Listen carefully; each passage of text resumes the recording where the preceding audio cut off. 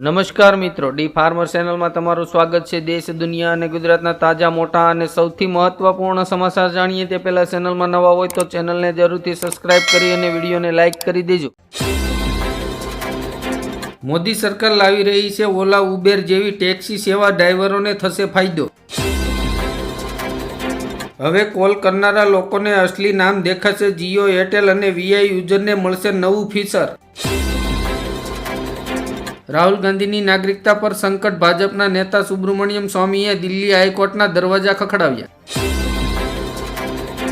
Retail loan ધારકોને મળશે મોટી ખુશખબર, લોનના હપ્તામાં ફરી એકવાર ઘટશે 0.25%। સ્ટેમ્પ ડ્યુટી ભરનારાઓ માટે આવ્યો નવો નિયમ, સરકારે વધારી દંડની રકમ 200 રૂપિયાથી લઈને 1 લાખ રૂપિયા સુધી। અંબાલાલ પટેલની ખતરનાક આગાહી, આવી રહ્યું છે સિઝનનું પહેલું વાવાઝોડું, ગુજરાત પર ખતરો।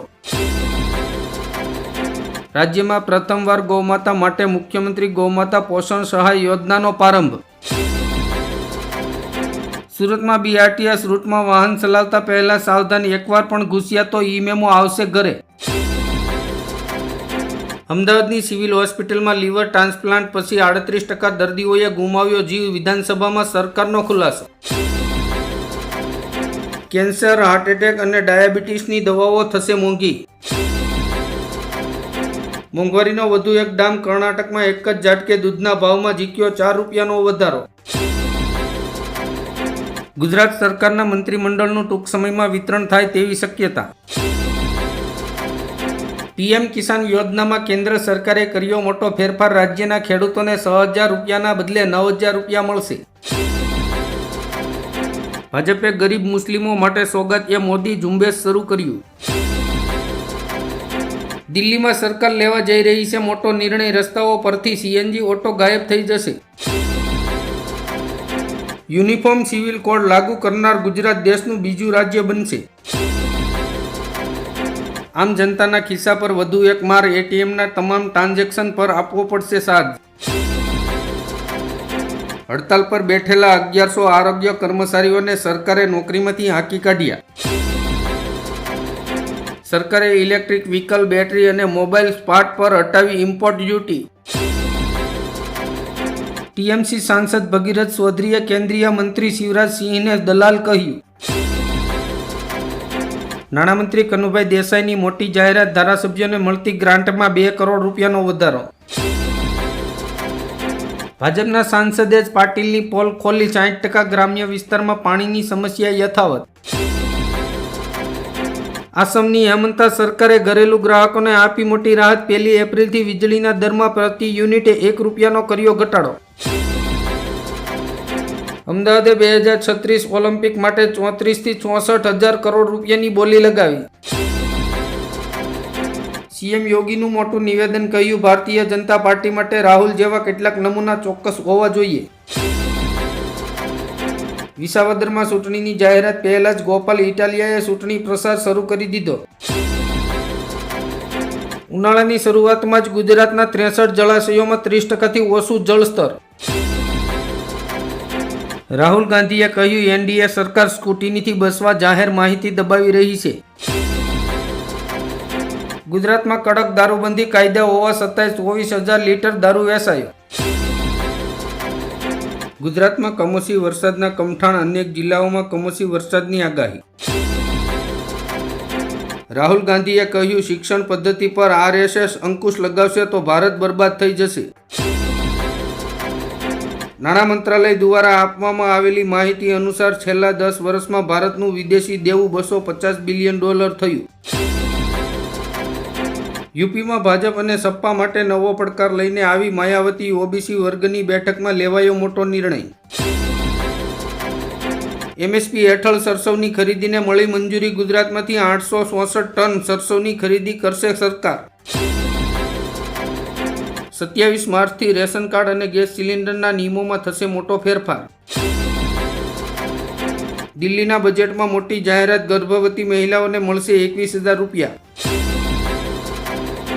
જંત્રી દરમાં વધારાના કારણે ગુજરાતમાં મિલકતના ભાવમાં 40%નો તીવ્ર વધારો થશે। આરોગ્ય અને જીવન વીમા પ્રીમિયમ પર જીએસટી ઘટાડવાની તૈયારી હવે માત્ર 5% લાગુ થશે. એટીએમમાંથી પૈસા ઉપાડવા પડશે મોંઘા. રિઝર્વ બેંક ઓફ ઇન્ડિયાએ એટીએમ ઇન્ટરચેન્જ ચાર્જમાં કર્યો 19 રૂપિયાનો વધારો. ન્યૂઝીલેન્ડમાં ટોચની 8 યુનિવર્સિટીમાં અભ્યાસ કરવા સરકાર આપશે મોટી શિષ્યવૃત્તિ. ઉત્તર પ્રદેશમાં સીએમ યોગી આદિત્યનાથના નેતૃત્વ હેઠળની સરકારના 8 વર્ષ પૂર્ણ.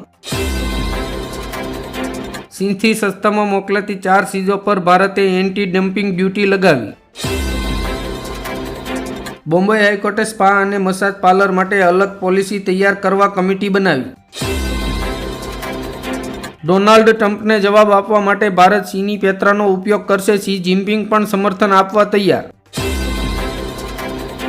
4 ધામની યાત્રાએ જનારા લોકો માટે મોટા સમાચાર. 50થી વધુ વયના શ્રદ્ધાળુઓને આરોગ્ય તપાસ ફરજિયાત કરવામાં આવશે. સુરતમાં હીરા ઉદ્યોગ પરથી મહામંદીનું ગ્રહણ દૂર. 12 પ્રકારના હીરાના ભાવમાં વધારો. સીએમ રેખા ગુપ્તાની જાહેરાત. દિલ્હીમાં આમ આદમી પાર્ટીની સરકાર ઉપર શ્વેતપત્ર જાહેર કરશે. શુભેન્દુ અધિકારીએ કહ્યું, પશ્ચિમ બંગાળમાં ભાજપ સરકાર સત્તામાં આવશે તો મહિલાઓને 200 યુનિટ મફત વીજળી અને દર મહિને 3000 રૂપિયા આપવામાં આવશે. ખેડૂતોનું એલાન. 31 માસે ખેડૂતો પંજાબના મંત્રીઓના ઘરનો કરશે ઘેરાવ.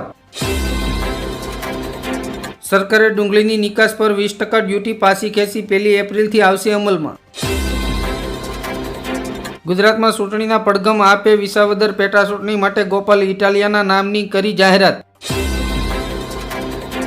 આરએસએસ દ્વારા કર્ણાટકમાં મુસ્લિમ અનામતનો વિરોધ. કહ્યું કે ધર્મ આધારિત અનામત તો આંબેડકરને પણ મંજૂર નહોતું. મોદી સરકાર મહિલાઓને આપશે 5 લાખ રૂપિયા સુધીની વ્યાજમુક્ત લોન. ગુજરાતમાં વેસ્ટર્ન ડિસ્ટર્બન્સની અસર. 29 માર્ચથી 1 એપ્રિલ સુધીમાં ગાજવીજ સાથે વરસાદની આગાહી. ગૂગલે 331 ખતરનાક એપ્લિકેશનોને પ્લે સ્ટોરમાંથી હટાવી. મોદી સરકારની મહિલાઓને મોટી ભેટ. પીએમ આવાસ યોજના હેઠળ 75% મહિલાઓને ઘર ફાળવવામાં આવશે. મહારાષ્ટ્રના ડેપ્યુટી સીએમ અજીત પવારની ચેતવણી. જો કોઈ મુસ્લિમ ભાઈઓ અને બહેનોને આંખ બતાવશે તો તેને બક્ષવામાં આવશે નહીં.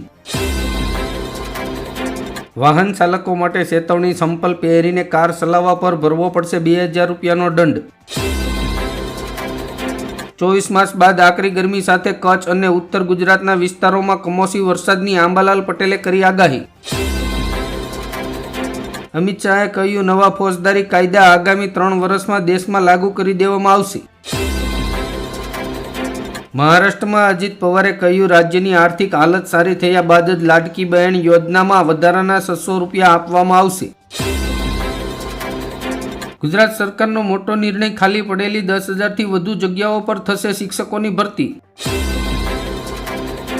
2 લાખ રૂપિયાથી વધુની રોકડ રકમની લેવડ દેવડ કરવા પર ચૂકવવો પડશે 100% દંડ.